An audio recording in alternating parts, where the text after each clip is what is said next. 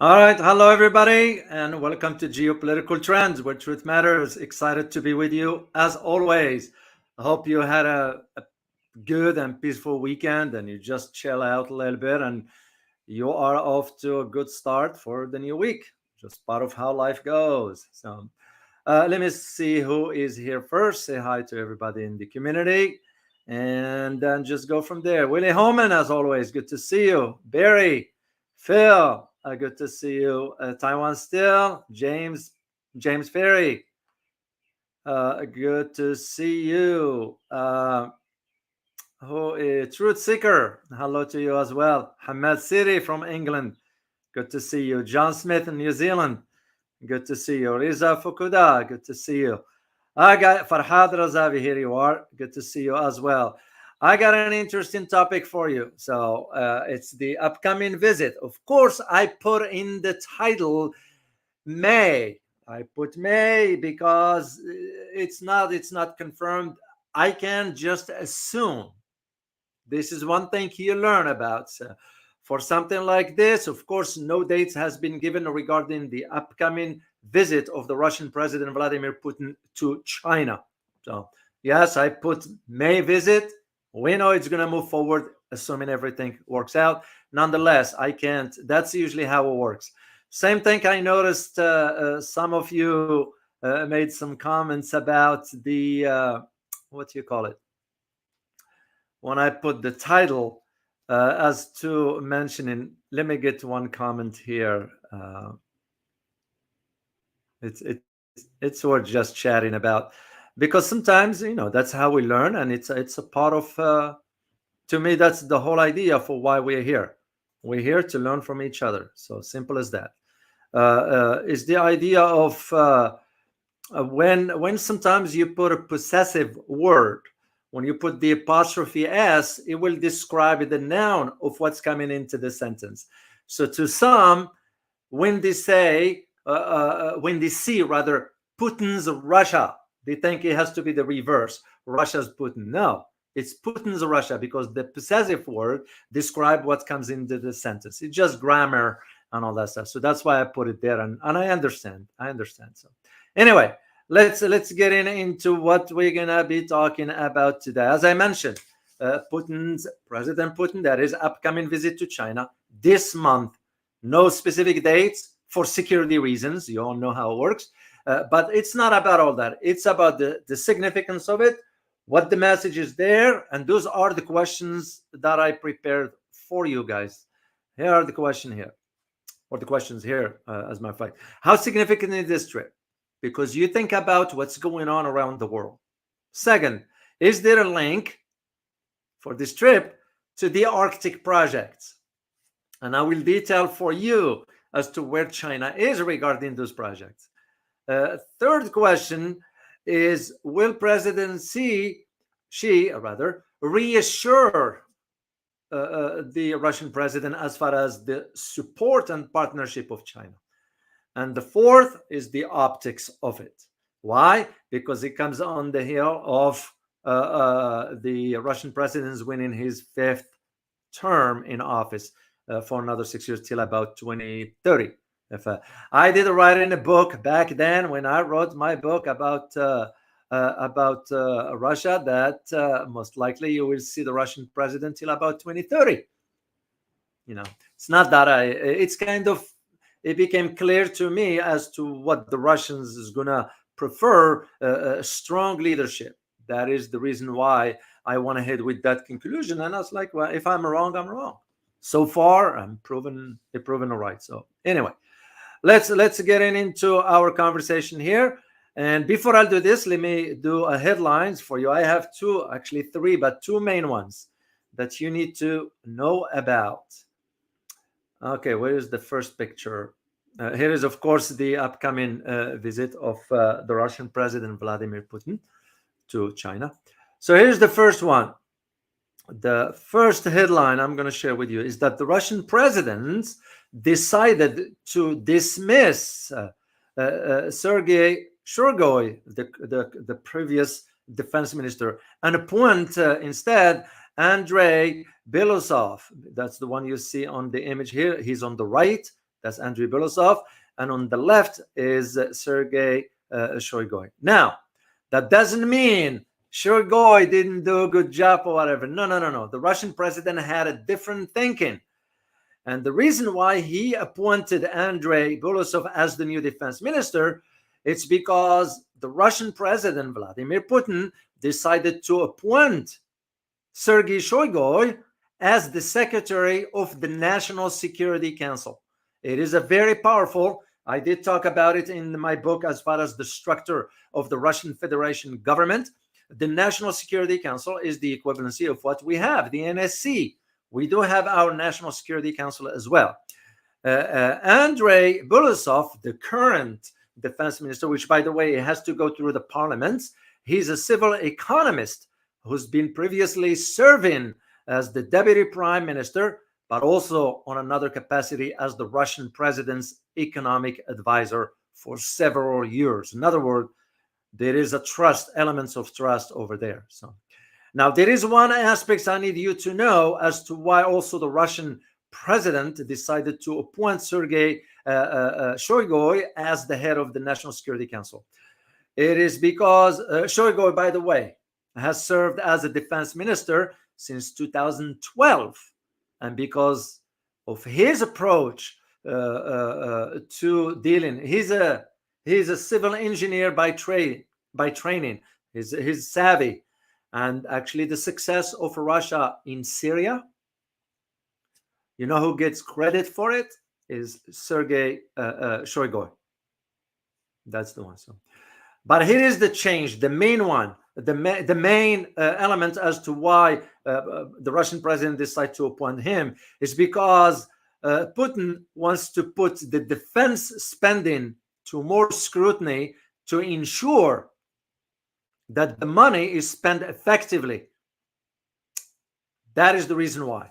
I wish we had something like that because for us, its corruption is so massive in our system.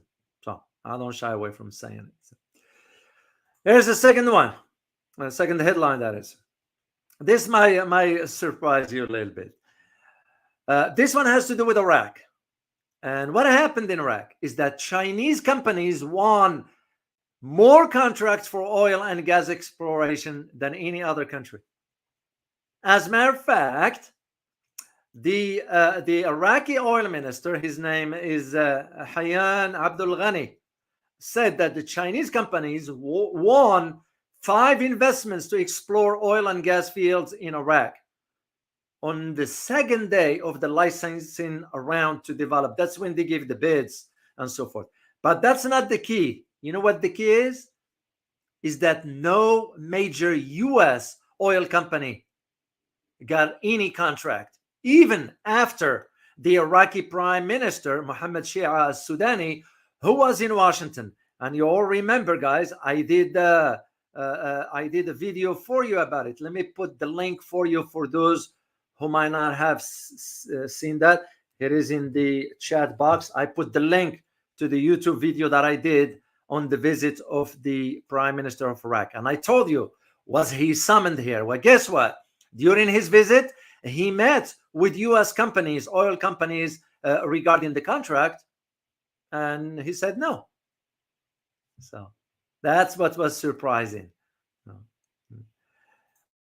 And the third element here, which I'm not going to talk, I'll just give you a heads up because I'm going to do a video for you. I'm just trying to confirm the information. This one has to do with Bangladesh, believe it or not. Well, guess what? Bangladesh, China's backed naval dock. In other words, China's going to be building a naval dock in Bangladesh. And why is this important? Because where is Bangladesh vis-a-vis?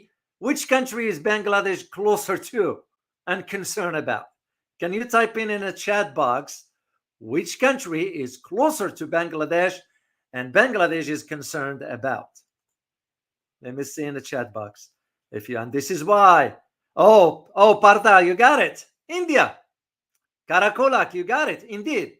Now, India now saying, oh, they are not concerned about this, which is a lie. You and I know. And that's why I decided I'm going to do a video for you after I confirm some information. Then we'll see the security aspects of this particular dock in Bangladesh. So, all right, let's get into our analysis here, addressing the importance of the upcoming visit of the Russian president to China. Big deal. Why is this big deal? It's because those two are more than just head of states. They are friends. I still have that image there. I need to let me remove that one. Lil India. That was funny. They're more than just where is the picture? Show right there. Why is this important? Is because they are more than just head of states, as I mentioned. But this one is beyond just the partnership, beyond the friendship, beyond anything. It has also the strategic interpretation and the message that this trip is sending to the rest of the world, mainly the West, given what's going on. But there is one particular aspect that the Russian president is very concerned about, that he wants to address with his friend, President Xi. And this one has to do with a pipeline project. And I'm going to detail a few things here in conjunction also, or in relation to what's going on in the Arctic. First, let me share a map with you of the Arctic in general term here, and give credit to the World Atlas, of course. And just to put things in perspective, because Arctic is big. So let me show you right here. I know it doesn't show everything here. It's just the screen is too big, but that just to give you an idea of what vis-a-vis the talks about the Russian president vis-a-vis China's project in the Arctic. That's why it's important to understand this one here. So the idea that this pipeline, of course, the Russian president is expected to address this particular aspect. Why? It's because this one has to do with Siberia 2 pipeline. This is the equivalency, guys, of Nord Stream 1 and Nord Stream 2. Except that for the Siberia pipeline, it has not moved as fast as he was anticipated. Now, the question we need to ask is, was it China just dragging its feet, or China thinking about something else, or China doesn't want to rush? I don't know the answer to that. All I know is that on many occasions, to my knowledge, based on the reading that I've done, that the Russian president has always addressed this particular aspect. Because here is the thing, the progress regarding the Siberia 2 pipeline has been very slow. So, and of course, this one has to do with China coming under heavy scrutiny from both the US and the EU. So, and could this maybe was slowing down the progress? Maybe, maybe not. I am not certain of this yet. It'll become clear to me once the Russian president is in China, and we'll see what the joint statements will suggest to this. Well, one thing I know for sure is that this natural gas, or pipeline rather, which is designed to connect Russia and China, via which area do you guys know, if you ever had a chance to read up or research whatever? Which area do you believe, in your opinion, this pipeline is going to go through? And it's very, very crucial for you to know these aspects. Let me see the chat box here, because it's very, very important.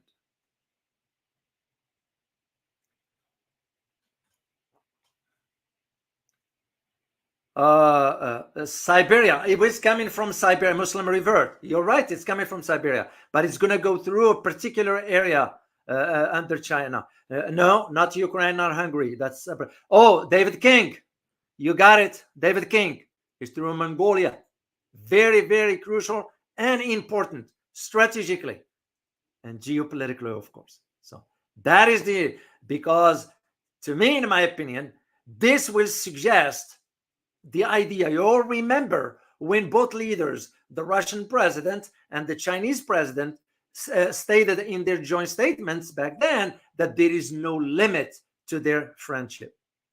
This is, to me, the highlight of what a strategic partnership is all about. So, and here is also the other aspects of it, because this pipeline, once completed, Western media is saying if completed, I will say once completed, because the Chinese will not get involved in something and not completed, because it will not bode well for the Chinese and it will not look good for the Chinese. And I don't believe China will do that. China will complete the project. There is just some strategic thinking to do moving forward. Here is the idea of it. Once completed, you know what it's going to do? It's going to divert now about 50 billion cubic meters, the equivalency of 1.8 trillion cubic feet of natural gas per year to North China. That is significant. That is massive. This is why you are now realizing why the Europeans are losing economically. And President Xi, Xi's recent visit to Europe was specific for specific reasons to those two countries, besides France, is to Hungary and Serbia for strategic reason. That is also tied to the big picture. And this is the big picture of it. Now, if China gets about 1.8 trillion cubic feet of gas on a yearly basis, sky is the limit. And this is why it's very important to understand, or to put it within the right, both the economic and the geopolitical framework, to understand the significance of a trip like this. So, okay, on one hand. On the second hand, this is on one, and I'm going to detail more about China. The Russian president also, or the Kremlin that is, announced that the Russian president, while visiting China, he's going to visit two other countries. Can you guys guess which two countries are? And again, it's just to engage you in the conversation here. I just would like to have your input. Two other countries in the region. And again, to me, it's not a coincidence. It is not a coincidence. I know this for a fact. In your opinion, which the two other countries are? Let me see the chat box here. Oh, you got it, Vivian. You got it. You got it, Vivian. Vivian got it first here. And also, who else got it here? Taiwan still. You said Mongolia. It's Vietnam. It's North Korea and Vietnam. Vivian got it here. But you it's the significance of it. You know, North Korea is going to be playing a major role within the four alliance, the four countries that could possibly form an alliance. And you all know what those four countries are: Iran, North Korea, China, and Russia. To me, if these two move forward in a form of an alliance, NATO will stand no chance. The West will stand no chance, given those four countries' military capabilities. If that power is combined, I mean, just China and Russia together will suffice, but add in North Korea and Iran to the picture. And this is why it's important to understand the strategic importance of the visit. Now, let's not be naive here, because the Russians will also be thinking in terms of, how about if we kind of strengthen our ties also with Vietnam? Because China is making sort of progress regarding that relationship. And you all remember last year after the G20, where the US president went to Vietnam, of course. Now, this is why am I highlighting all this? To highlight to you the movements within a geopolitical chessboard. This is how it works. Countries will have to think in terms of the strategic interests and to pave the path for that one. Of course, the case of the visit of the Russian president to China, because China is not a party to ICC, the International Criminal Court. As a matter of fact, there are 6 countries that are not a party to, in other words, they are not members of the ICC. Do you guys know? Can you guess which countries are? And once again, just to get into the conversation here, and I will post the link for you later on in the description. So there are 6 countries that are not part of the ICC. Let me just see your input here. And this is again where the importance of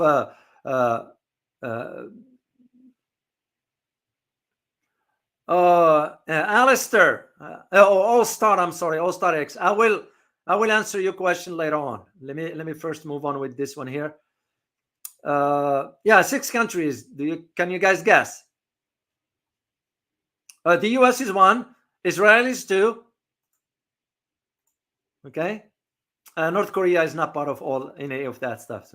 So you have the US, you have Israel, you have Qatar, you have Russia, China, and Libya.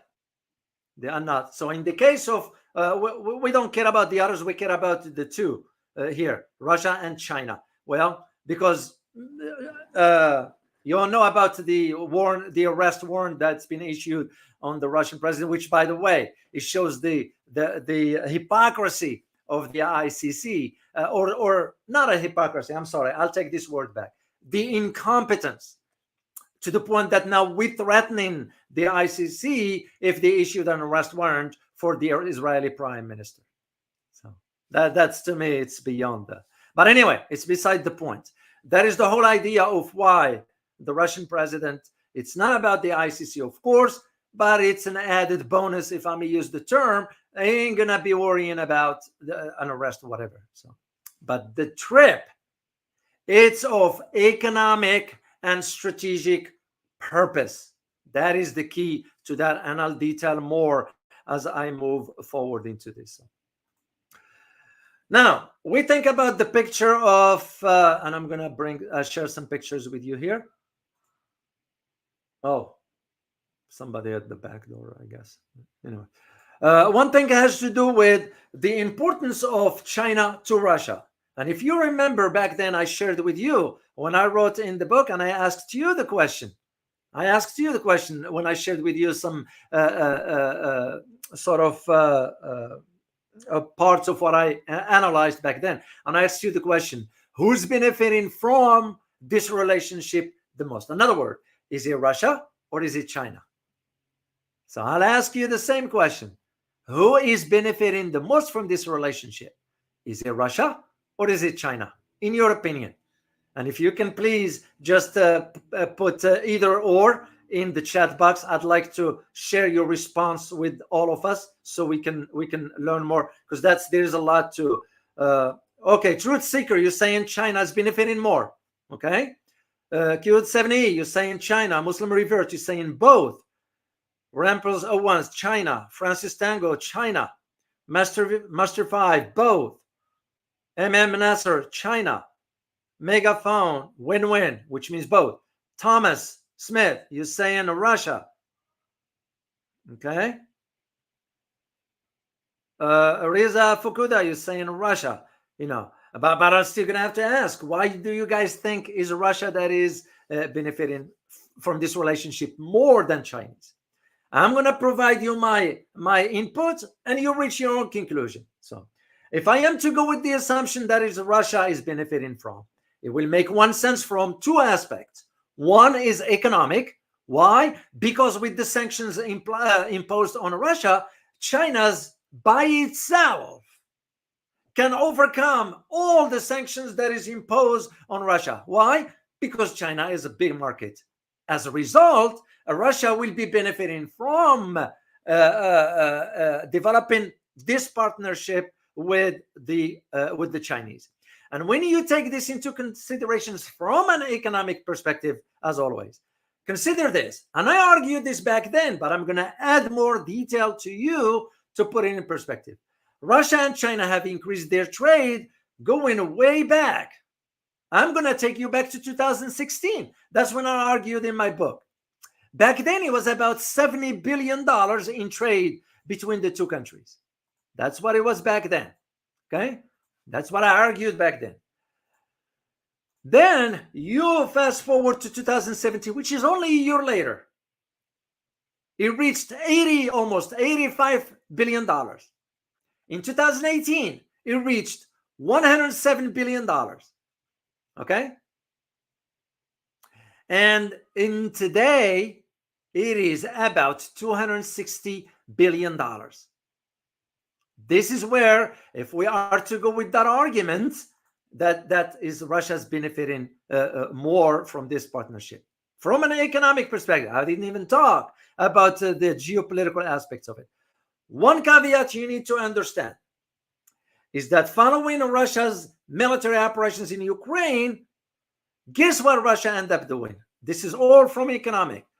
It's using the renminbi, the yuan, or renminbi is now used to settle about 75% of trade between Russia and China, and 25% of its transactions with other countries, meaning using the Chinese currency. This also highlights another aspect from an economic perspective, is that with the sanctions, Russia is benefiting from using the Chinese currency instead of the dollar, but is also pushing other countries to a fast track and a wider de-dollarization. That begs the question: why isn't, for example, the trade between India and Russia, because Russia was selling oil to India, why is India paying Russia in rupees, which is useless to Russia? And this is, again, from an economic perspective. That's why I'm highlighting. For those who say, is Russia benefiting? You will be absolutely correct if we are to approach it from this aspect. From a geopolitical aspect, strengthening ties, militarily one that is, with China makes perfect sense. And this one has to do with the idea of the Chinese and the Russians getting involved into joint military ventures or exercises of it. So here is the aspects that I'm going to share with you, basically on what I argued.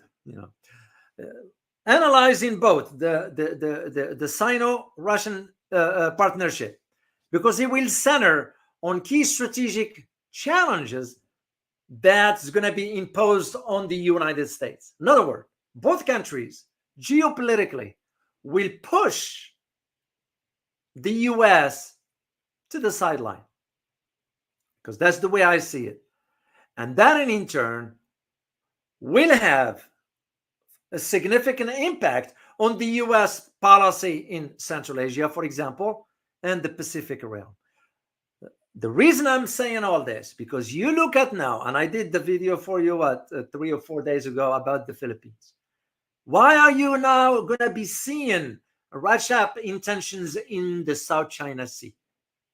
To prevent something from like this happening, this partnership between Russia and China to move forward. And speaking of that, I prepared an analysis for you guys. I'm going to do it in a recorded video regarding the security landscape of the South China Sea. And it's a short, about 10 minutes or so, and I'm going to release it soon in a few days.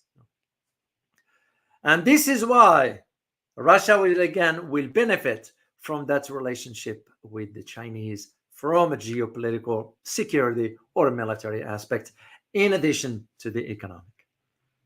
That's one. If I am to go with the reverse, that will be China benefiting more from this relationship than the Russians. And let's go with that argument. And again, you reach your own conclusion at the end. I'll start with the economic aspects. From an economic perspective, it makes perfect sense that the Chinese will develop stronger economic ties with Russia than they will do with Europe or with whomever. Why? You're looking at two main factors. And the two main factors are Russia is wealthy when it comes down to natural resources, mainly oil and gas. Second is proximity, the geography. So it will cost China less to import the oil and gas from Russia than to do from, let's say, Angola or Algeria or some other countries. Okay? Proximity, because it's all about cost. You have to think in those terms. And this is why the Russian president's visit, he will address the Siberia 2 pipeline, because he will benefit also China. As I mentioned, 1.8 trillion cubic feet of gas per year. That is a substantial amount. I mean, look just what's going on in Europe right now. And to those who live, Hamad Sevi, you are in England. Please just share with the community here just a word or two about the cost of energy in the UK, just how high it is, or the inflation, or you are there, and I'll trust your judgments in sharing this. To those who live in Europe, if you will be kind, just share with the community here, so to have an idea. And again, I follow up with my argument as to why China will benefit economically. I'll think of the joint ventures that China is getting into with Russia in the Arctic.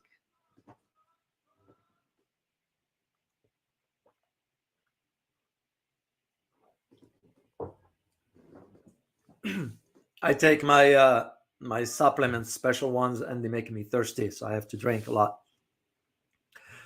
Now, China has been building permanent research stations in the Arctic. I'm going to share one with you right here. And this one, by the way, has been built for a while. This is considered the fourth research base in the Arctic. And as I mentioned in my book, China has been funding research projects and exploration of gas and so forth. As a matter of fact, it just came to my attention yesterday, and again, I got to confirm this, that the Russians have tapped into massive reserves of oil, the equivalency of about 550 billion barrels, near the British claimed area in the Arctic. I have not confirmed this yet. I'm going to look into it, and I'm going to report to you about it. For now, let's focus on China as to its project. I'm going to share also a picture with you of the Su Long. I hope I'm pronouncing it correctly. If anybody who speaks Chinese, please correct me if I'm wrong. The spelling is XUE -LONG. Su Long. This is a Chinese icebreaker. And by the way, China has more than one. So both the Russians and the Chinese have. And again, if I am to go with the arguments that China's benefiting more, it makes perfect sense because of the ventures that is getting into the Arctic for one purpose and one purpose only, is to have access to the untapped natural resources there in conjunction or in ventures with the Russians. And that's why the Siberia 2 pipeline is going to deliver the gas into northern China. And of course, like you all know by now, guys, any country's developments depends on what? Please type in that in the chat box. For any country to move forward or prosper economically, it depends on what? Oh, you got it. Yeah. Oil. You got it. Alistair Colin. Oil, energy, Q78. No other way around. Again, use Europe as a case in point. Use Europe as an example 10 years ago and use Europe as an example 2 years ago. The answer is clear. So, caramel crash. Indeed, cheap oil. You guys got it.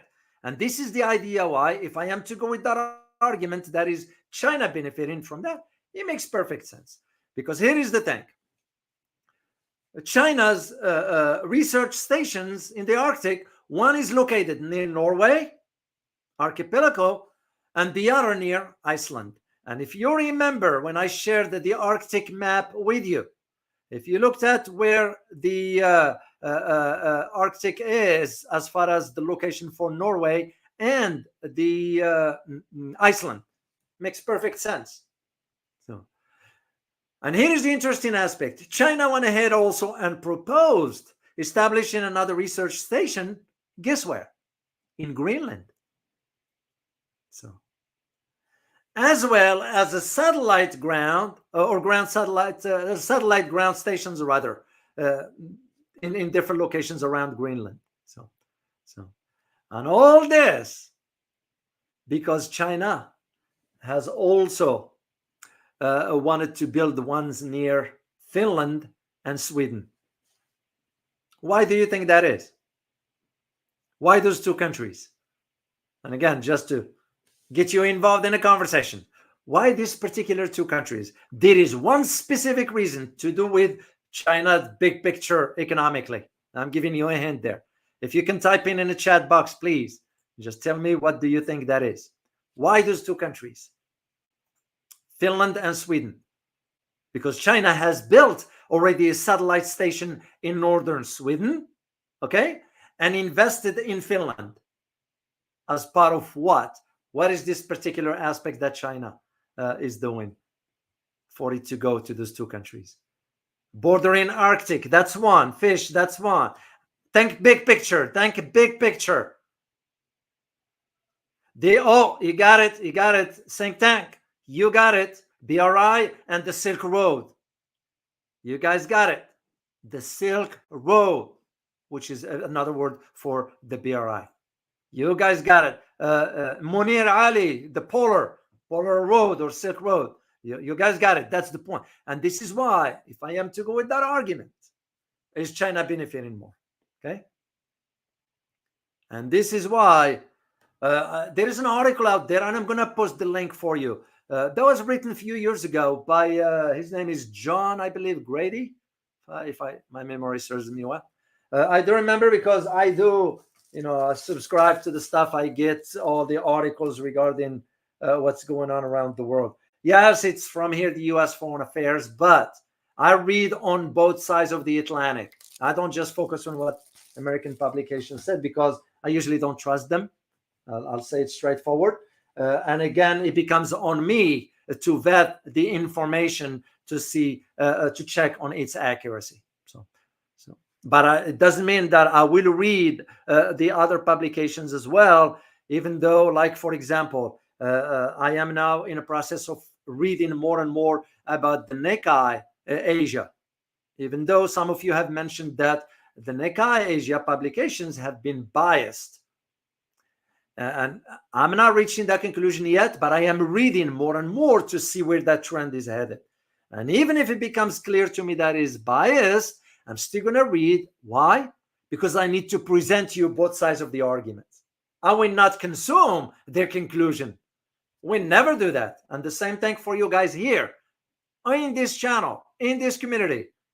My conclusion is not for you. My conclusion is for me. You reach your own because you are intellectually now independent and capable of reaching that conclusion yourself. And again, I'm not saying it to be Mr. Nice. That ain't my personality. I'm saying it because you've been around with me long enough now that you could reach that level, and you are. So when you think about it from an economic perspective, as far as China benefiting from the relations, that is exemplified in its larger presence in the Arctic through its partnership with Russia, which I argued in my book back then. So, and this is why I'm saying to China, yeah, it make strategic sense and economic sense to strengthen the ties with Russia, because China will benefit as well. But China is not benefiting only economically, it is also benefiting from the military aspects of it. Even though China is capable of developing its own, it's not about that. It is about building that partnership that can strengthen, and as I said before, that could one day translate into an alliance.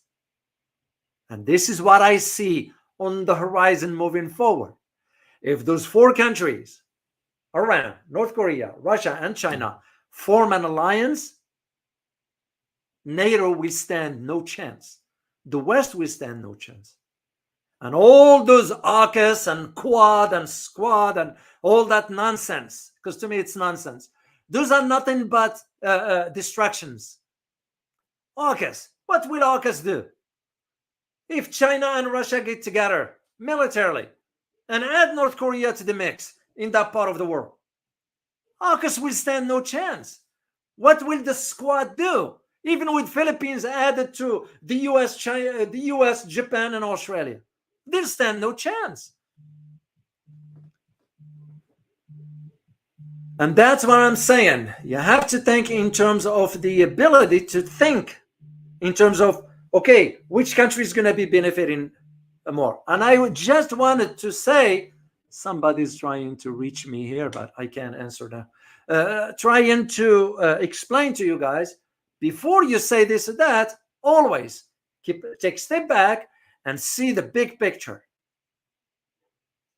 And you might be surprised, you might not be surprised when I reach the conclusion. So now move on to the military aspect. Why is this important for you to understand? And again, I am very familiar with this topic because I wrote a book about Russia in which I detailed this relationship between Russia and China and how it will change the geopolitical landscape moving forward.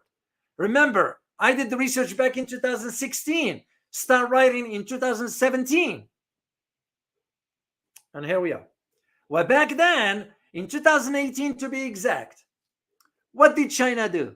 China joined Russia during one of the military exercises, the annual, it's called Vostok military exercises. To me, it was the strongest message ever sent openly. Why? Because he raised concern, those exercises raised concern given to the West, but why? The visibility of something like this. I'm going to ask you a question. Not a question, but rather just share with you. The exercises that's been conducted recently between the Philippines, the Squad, do we hear anything about them anymore? No, because its visibility wasn't. Why? Because we're saying Philippines in that, Japan in that, Australia. What do they have to offer? You know what I'm saying? That was the whole idea. Doing the exercise was nothing but just for a show. That's all it was. This one was different. You got two capable militaries, two advanced militaries, two nuclear powered militaries conducting joint exercises, the visibility of it. And this is again where that idea of what the analysis will mean. Because you have to consider the visibility, you have to consider the scope of it, and you have to consider the scale of the exercises. So, and again, if the Russian president and the Chinese president said in a statement recently, that their partnership has no limit, so is the military exercises. They have no limit. And as a matter of fact, to give you an understanding and the depth of this partnership, it's not about just conducting military exercises, the visibility of it. He went even beyond. And this was translated through the sale of advanced weapon systems. I'll give you a quick example based on the research that I conducted. China purchased Russia's advanced surface-to-air, which is the SAM missile, the S-400 missile system. And remember, that was back in 2018 when I did the research. And the sale, when I researched it, found out that Russia even agreed to sell its advanced Su-35 fighter jets to Chinese. So, and this is why it's important to understand the benefit of China rather, into this relationship. So, and this leads me to talk again about the idea of the way I see it, and my own conclusion is a win-win. Not one country will benefit more than others. No. The West is saying the narrative, well, this is why the West has been pressuring China to state publicly that, it condoned the Russian military exercise in Ukraine. And China said, no, we're not going to do that. We are neutral. We're not getting involved into this. To me, is the idea of because of win-win Russia benefits from this relationship as much as China benefits from the relationship as well. So, and again, if I am to gauge any strength of a partnership, I'll gauge it first through economics, not a military one. And again, based on my experience as one who've dealt with this throughout the years, I've always looked at that the economic aspects. And this is why there are those two countries that really, I don't get the logic of their thinking, Philippines and India. I just don't get it. Given that their economy is not where it needs to be, you will think they will approach this from the perspective of elevating their economic standards instead of fermenting or being served or being used as a pawn. Because if there is any conflict, and I say this in the case of Philippines, mark my word on this, the US will not fight on behalf of the Philippines. So that's just what it's going to be. And just to highlight to you the importance of this Russia-China, especially when it comes down to economic, I digged enough yesterday and I found some stats, which I will share with you later on in the, as a matter of fact, I'm going to put it up for you right now in the chat box. You can, oh, what happened? There's no picture. Add picture. Okay, here we go. I don't know where the picture went. Let me share in the chat box with you guys the link to these stats, and you can look it up later on. So, and the idea is that, oh, I saw, oh, Army with Harmony. Thank you so much for your super sticker. Truly appreciate it. Dr. Alu, you look green. Check your screen. Yes, because I had to touch the phone, I guess. What if somebody was calling me from overseas? So I shouldn't touch that one. I let it ring, but lesson learned. Thank you so much for letting me know. Truly appreciate you. So here's the thing. Recent years, when I'm talking about just what happened in the first quarter, in January 2024, just recently, the first quarter, which by the way just ended, the first quarter of 2024 saw the positive trend continues with bilateral trade between Russia and China reaching, just the first quarter, reaching 56.6, almost $57 billion. That's an increase of 5.2% from last year in same time frame. And as a matter of fact, Russia and China in 2023 reached about $240 billion. Which means what? They are ahead of schedule as far as crossing beyond 200 billion mark. They were ahead of schedule for that. And this leads me to say to you, my conclusion about this relationship is that both of them are benefiting, win-win from both countries. That doesn't mean, to those who say, is Russia benefiting more or is China benefiting more? Because it is. It just, that's how you're going to have to sort of approach this particular aspect of the partnership. The benefit is mutual. That is, and this is why this strength in a relationship, it's a welcome news within their respective circles. What do I mean by that? Global South. Now, are we going to include India into that? I don't know. What do you guys think? Because India is considered part of the Global South. For me, I categorize it that way.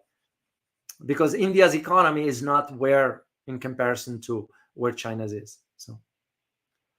So that's the way I see it.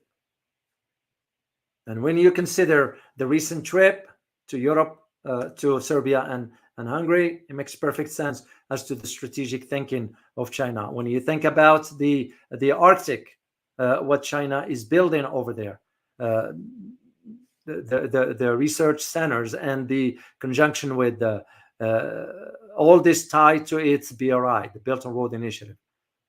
and this is the route, and you look at it, how it goes,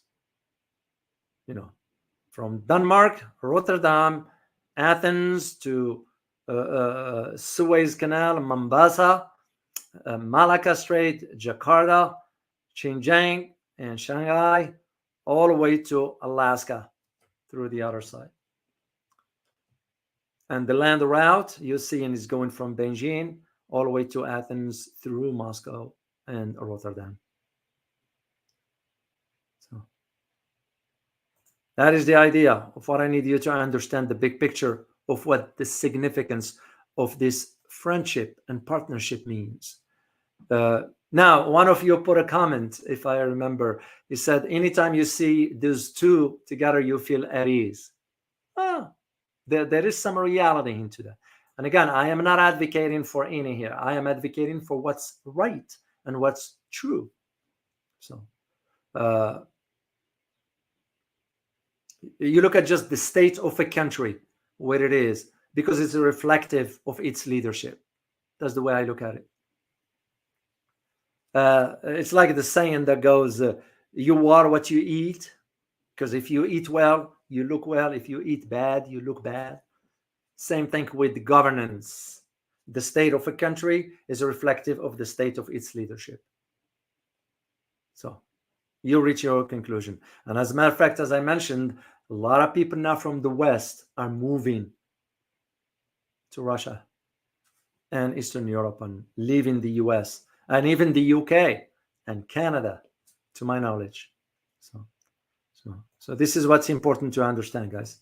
All right, that's all I have to share with you. As I always say, if I don't have anything of substance to share, I stop.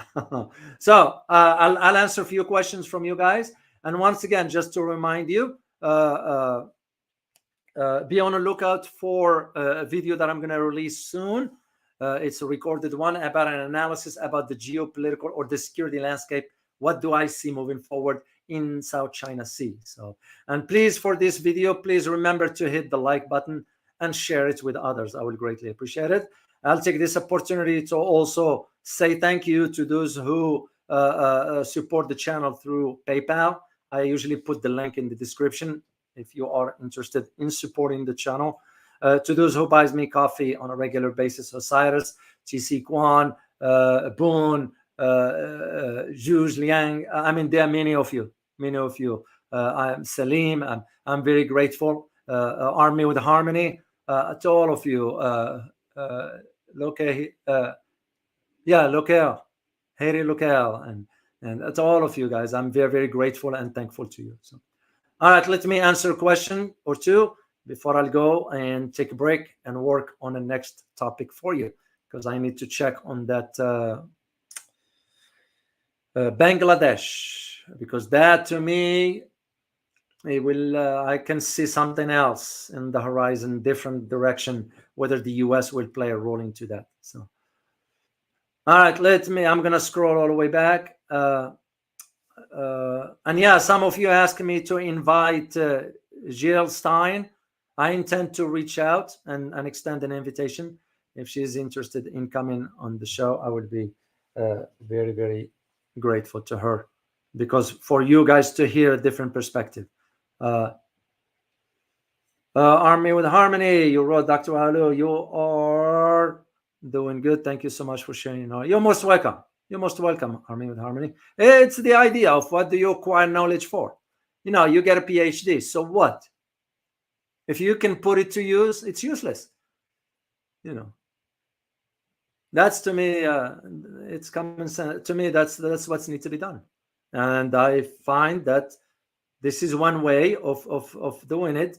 That's how I do that. So, Mr. Stefan, where do you teach? I'm not teaching right now. I decided not to. I used to teach at Texas A&M.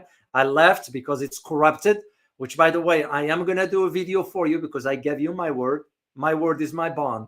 I gave you my word that I will do a video for you about the corrupted academic institutions in the US on the other platform. So I'm working. So I used to teach Texas A&M. I left. I was teaching at community college just on part-time on my own. I didn't sign any contract. So I don't teach right now. I decided not to, because it consumes my time. I do hope if an opportunity presents itself, I'd like to teach in Asia, in an institution that does English, of course, because I don't speak the languages in Asia.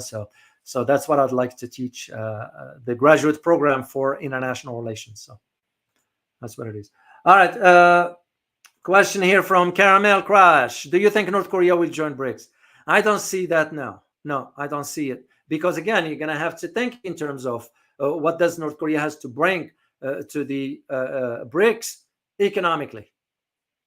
Because we can't be well, it's a poor country, whatever. Yeah, it is poor country. It's been isolated forever. It is strong militarily, but economically, it depends on China and Russia.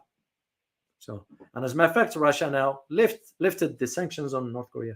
They don't care anymore. So I don't see that happening anytime soon. And BRICS will have to think, like I always say, we'll have to think very carefully moving forward. So that's the way I see it. Oh, Ahmed K. Much appreciate you, man. Thank you so much. You wrote, you are giving priceless knowledge from your heart. Thank you. And I do. Yes, I do. And I'm not here to just waste your time and mine. If I didn't mean this, I won't devote the time and energy, because this takes time for me to go and research all this and prepare. I am very grateful to my wife helping me behind the scenes. I can't do this alone. So your support means a lot to me. And that's one of the reasons when I decided to do this almost full time, I made decision not to teach at the college, is because I never signed a contract, because I never wanted to be bound by it. So I'll teach whenever I feel like it. To me, I find this very, very important, and I enjoy. I like to do that. So thank you so much, Ahmed. Truly appreciate you.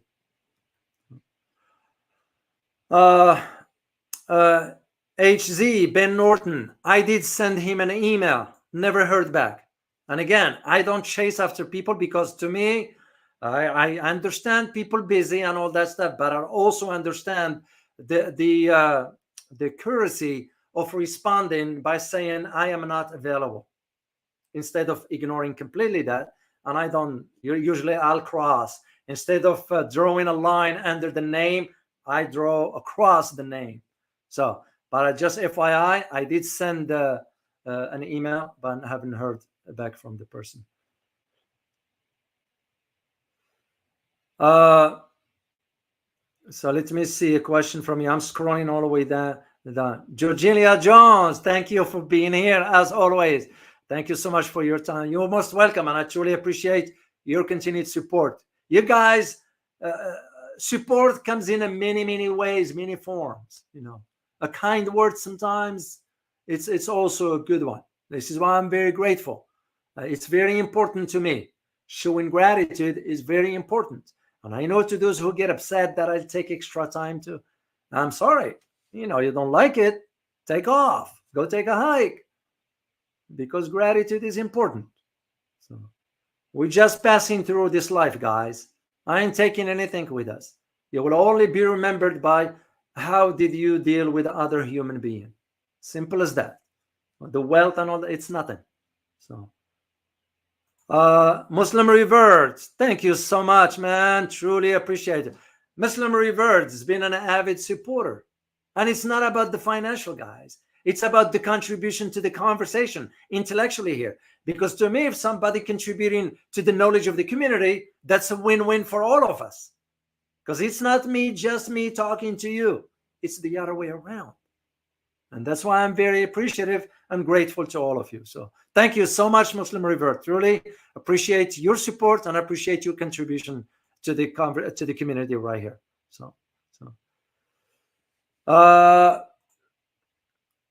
M. Stefan Banch, you are a good analyst. You should partner with the Durans. You know, I don't know. It's kind of, you reach out. If there is no reciprocity, I can't. I don't. Again, it's my personality. I don't chase after people. I reach out to you the first time. I might reach out second time, but that would be it. because to me there's something called also dignity. You kind of yeah, I will love to. I'll be happy to be on their show. That's the one I shared with you guys last time when I was invited with the Turkey cousin. He invited me to his channel, and then I was like, why not? I'd be happy to do it. So yeah, if they extend an invitation also, I will be happy to show up there. And it's all for the knowledge. It's all for the knowledge. Their community will benefit. Our community here will benefit as well. I'll be happy to do it in a heartbeat. So if you guys are part of their channels, let them know. So Stephen, the true doctor, can we see your wife on there? I did share some pictures with you guys. Yeah, why not? I'll put a picture one day. Yeah, I'd be happy to. Army with harmony. Will Israel destroy Rafah? No, they just flexing whatever. Israel is done for. Yeah, whatever now is just going through the motions. But also remember, the U.S. elections are coming soon, and it's a mess already. It's hard to tell. But what will be the objective if they couldn't defeat the group in Gaza? Then, because that's the significance of it. So, and to me, the shame is on the Arab countries, the likes of Jordan, Saudi Arabia, Egypt, even Turkey. I will go. Did you guys know that Turkey is resuming trade with Israel of the construction material? Yeah, Turkey. That's why I always say, watch what they do, not what they say. That's the yes, Caramel Crash, indeed. Please hit the like button. I will greatly appreciate it, guys, because that's how we move up the ladder. So, Truth Seeker, good to see you as always. Saw your interview with Pongyan Guzin. Yeah, and extend an invitation. I responded right away, and why not? Especially it was about a topic that I am very familiar with. And I did post it for you guys in the community. Just go to the community tab and you'll see it over there. So that's what I did, that one. So thank you so much for your super sticker. Truly appreciate you. Francis Tango, here is another one. Thank you so much, Francis. Truly appreciate you, man. Truly appreciate you. Francis has been an avid supporter. And again, not just about the financial aspect, is the intellectual contribution. It's as important as, because you guys, someone in this community, learn from whatever you share of importance. Think of it that way, because you have something to contribute as well. Never ever, in my opinion, never ever underestimate your value. You have something to offer. Some of you might not have tapped into it yet. It's internal. You have to really reconnect with yourself internally. But you have something to offer, because all of us, no matter what, no matter where you come from, no matter what environment you came from, all of us possess some level of intelligence. It's just how easy and quick for one to tap into it. Straightforward. So thank you so much, Francis. Truly appreciate you, man. Let me see a question here, because I need to answer some questions from you guys. For all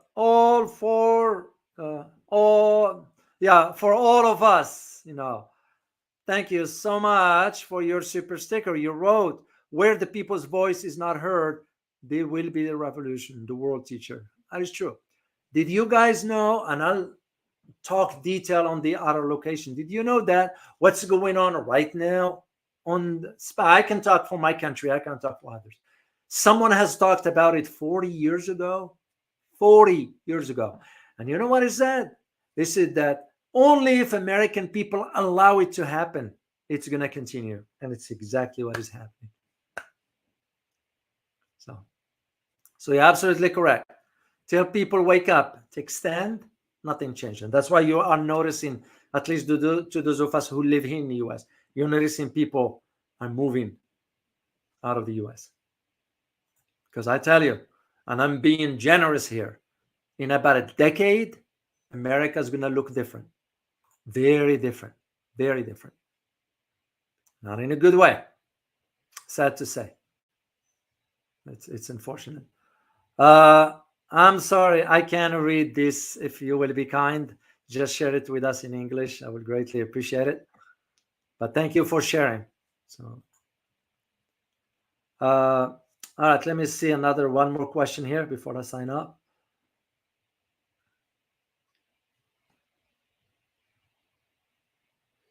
Oh, Matt, Becky, good to see you, Matt. Matt and I will communicate on Twitter, X, that is. Dr. O, I have commented on most other shows about invite you. Usually you mention and analyze a year or two before other sites and analyze the best teacher. Thank you so much, Matt. Truly appreciate you. And I appreciate you for also sharing your knowledge with all of us here. So, and again, guys, I will be happy to show up on whomever extend the invitation, assuming they talk logic. I don't go to those hyper stuff that, I can't. You know what I mean, right? Yeah. Because to me, credibility matters because it's my name in line. So, Hamad Sidi, I'll take a question from you. Thank you here. Today, UK PM claimed the next 5 years will be most dangerous in UK history ever. What do you think? Well, of course, it's because UK created that itself. The UK is gone a long time ago. UK and France and now Germany are irrelevant. So Germany is still holding by thread, but UK and France, they're done for, especially the UK. Their economy is down the drain. I talk to people in the UK. They're telling me when they go to groceries, seeing what the prices are or where the prices are. So where is this government that doesn't govern on behalf of its people to make the living conditions of its citizens better? Yeah, UK is done for. And when they speak this loud about, well, we're going to fight the Russians, how are you going to fight the Russians? You don't even have enough ammo to fight one afternoon against the Russians. It's irrelevant. So most dangerous, he just creating fear because the reality is that UK is done for.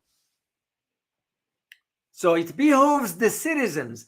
But again, it's their country. They can decide they want to live in that system, whatever. That's why you're seeing British people are leaving. I just saw one video of a guy from England who's living now in Russia permanently. It's like, what's there in the UK anymore? So yeah, Hamad Sidi, it's kind of keep your eyes open. You live there. Keep your eyes open and have a plan in place. That's my best advice to you. Have a plan. So what Sunak is saying, it's nonsense. The guy wasn't even elected. He's not supposed to be in that position to begin with. He wasn't supposed to be there to begin with. So.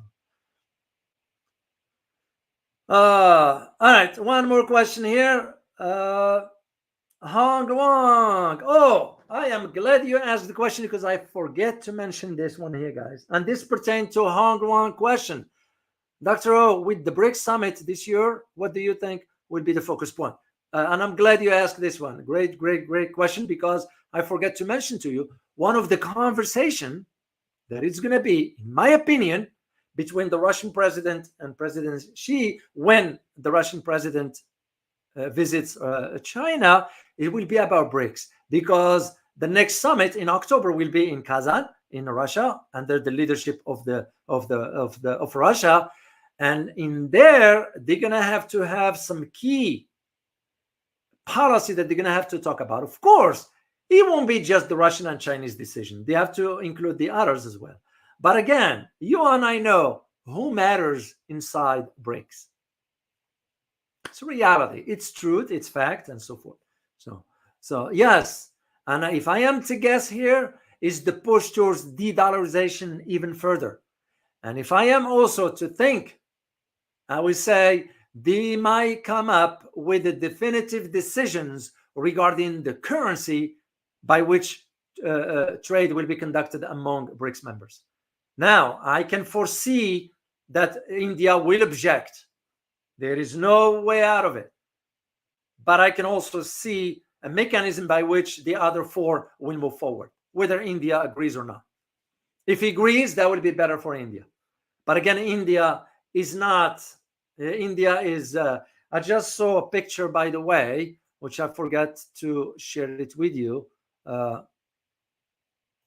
I have it right here. I'll share the picture and let you reach your own conclusion. And again, not to judge, because we guys are beyond that in this channel. We're beyond that. All right, let me share the picture with you.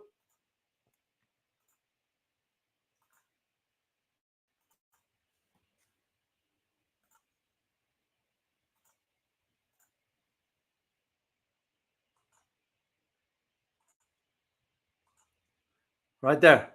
What you're looking at, that's by Jackson Hinckley, by the way. India state-owned arms company, Munition India Ltd, has been shipping arms to Israel aimed at the Gaza G-word. Yeah. So that's what I'm saying. It's again, we're not judging here. We're just providing the facts.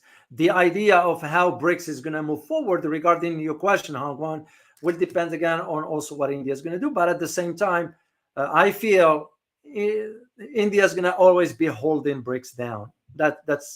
That's how I've always felt, not just today. So that's the way I see it. All right, guys, I am going to sign off here. I thank you for being here, and much appreciate you as always. Once again, thank you all for your super sticker, from Muslim Revert to all of others. And this live stream, by the way, is great because of you, not me, you. This is why the community is all about. So I'm very grateful to you guys. As always, remember, geopolitics impact your daily life in more ways than one. Till next time. Bye-bye.